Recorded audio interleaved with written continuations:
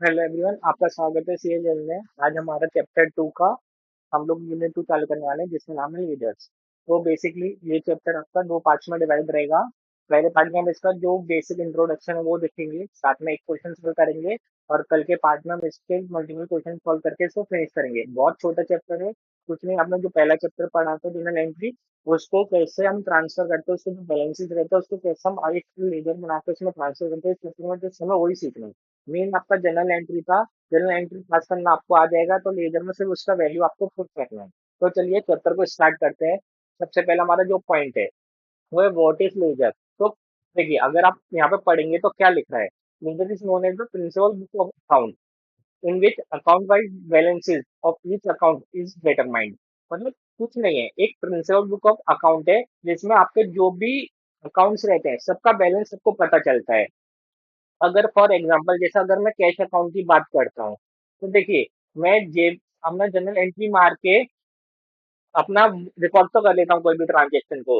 मतलब general entry मुझे क्या मदद करती है, ट्रांजेक्शन को रिकॉर्ड करने में। लेकिन क्या मुझे इससे इसका बैलेंस पता चलेगा कि मेरा कैश में कितना बैलेंस हो गया अभी टोटल? नहीं। उसके लिए मुझे क्या लगता है, लेजर लगता है।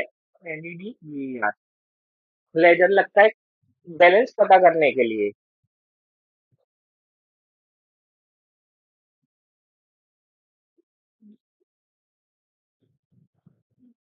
बताइए।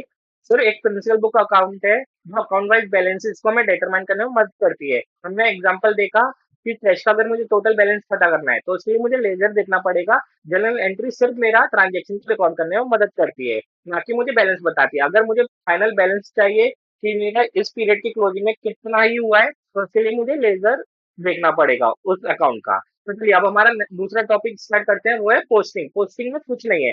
आपने देखिए जनरल एंट्री पास किया, जनरल एंट्री में आपने कुछ भी पास किया, उसके बाद अगर उसका जो हम ट्रांसफर करते हैं डेबिट और क्रेडिट को, तो वो मेरा क्या कहलाता है, पोस्टिंग कहलाता है। ठीक है। Process of transferring debit and credit item from journal entry to classify accounting ledger is known as posting.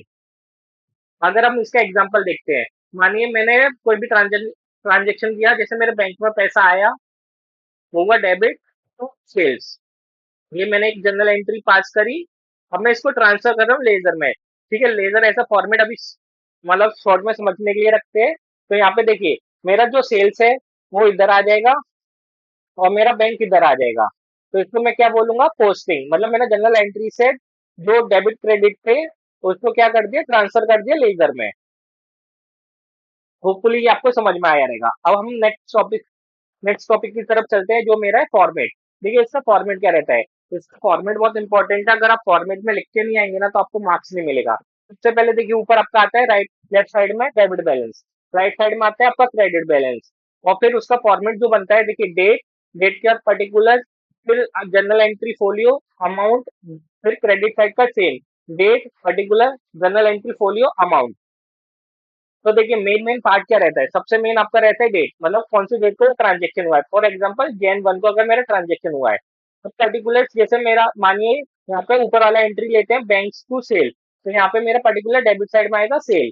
General entry अगर देखिए यहाँ पे बहुत सारी है, 1 2 3, तो मैं यहाँ पे लिख दूंगा, नहीं तो इसको मैं स्किप भी कर सकता हूँ। अमाउंट मानिए 2000 रुपीज का, सेम यहाँ पे डेट सेम रहेगा। Jan 1 पर्टिकुलर यहाँ पे मेरा बैंक आ जाएगा। अगर बहुत सारी एंट्री तो मैं अपना जेएफ लिख दूंगा, नहीं तो अमाउंट लिख दूंगा। अब देखिए, इसका मेरा क्लोजिंग क्या बन जाएगा, दोनों का 2000 रुपीज बन जाएगा। तो ये लेजर मेरा फिनिश हो गया है। अभी आपको इसमें दो चीज मुझे बतानी है।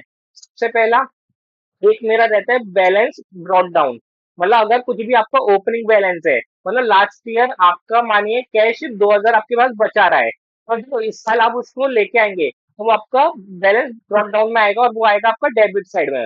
मतलब इस साइड में आपका बैलेंस आएगा। और जब आप उसको फिनिश करते हैं, मतलब एंड ऑफ द ईयर में जो भी रहता है, तो वो आपका कहलाता है बैलेंस कैरिड डाउन। मानिए इस साल आपने उसमें कुछ प्लस माइनस मतलब बहुत सारे ट्रांजेक्शन किए, फिर मैं ईयर एंड में आपका 5000 कैश बैलेंस बचा है, तो उसको मैं बैलेंस कैरी डाउन करके लिखूंगा 5000। और वो किधर आएगा, वो मेरा क्रेडिट साइड में आएगा।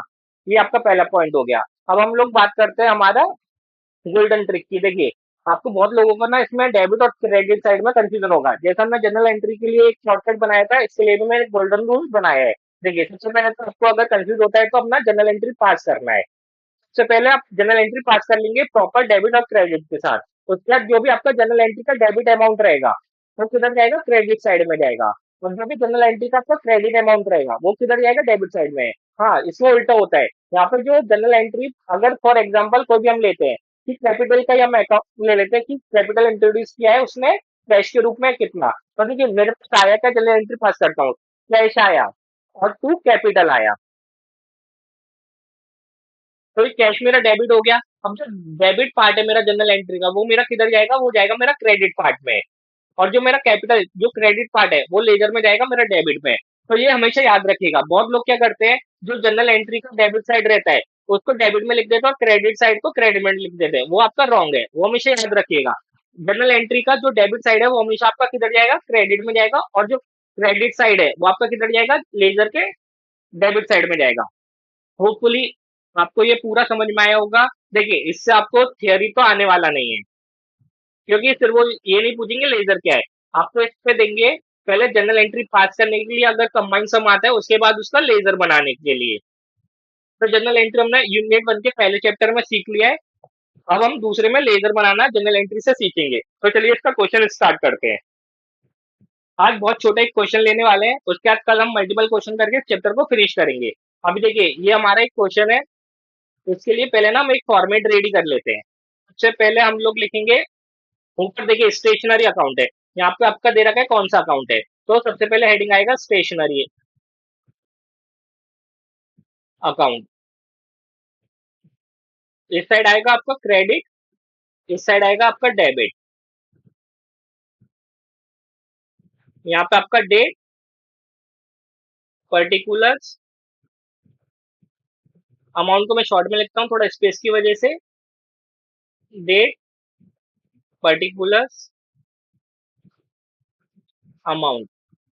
तो देखिए तो चलिए पहला ट्रांजेक्शन पढ़ते हैं। देखिए इसमें क्या दे रखा है मेरा, जैन 1। ठीक है, इन्वेंट्री ऑफ स्टेशनरी। देखिए इन्वेंट्री दे रखा है, मतलब वो ये मेरा हो गया ओपनिंग।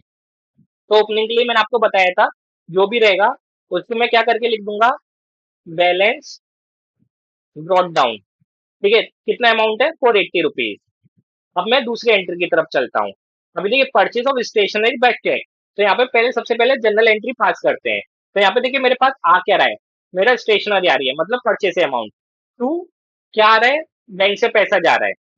अब देखिए मेरा जो परचेज का पार्ट है, जब मैं परचेज अकाउंट का लेजर बनाऊंगा, परचेज अकाउंट का लेजर बनाऊंगा उसमें ये एंट्री पास करूंगा। ये स्टेशनरी जो है इसमें पास नहीं होगी, सिर्फ बैंक वाला जो पार्ट है ना वो इसमें पार्ट होगा।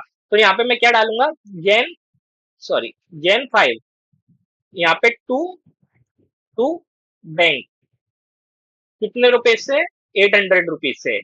बैंक क्यों लिखा है, क्योंकि यहाँ से हमारा चेक से पेमेंट हुआ था।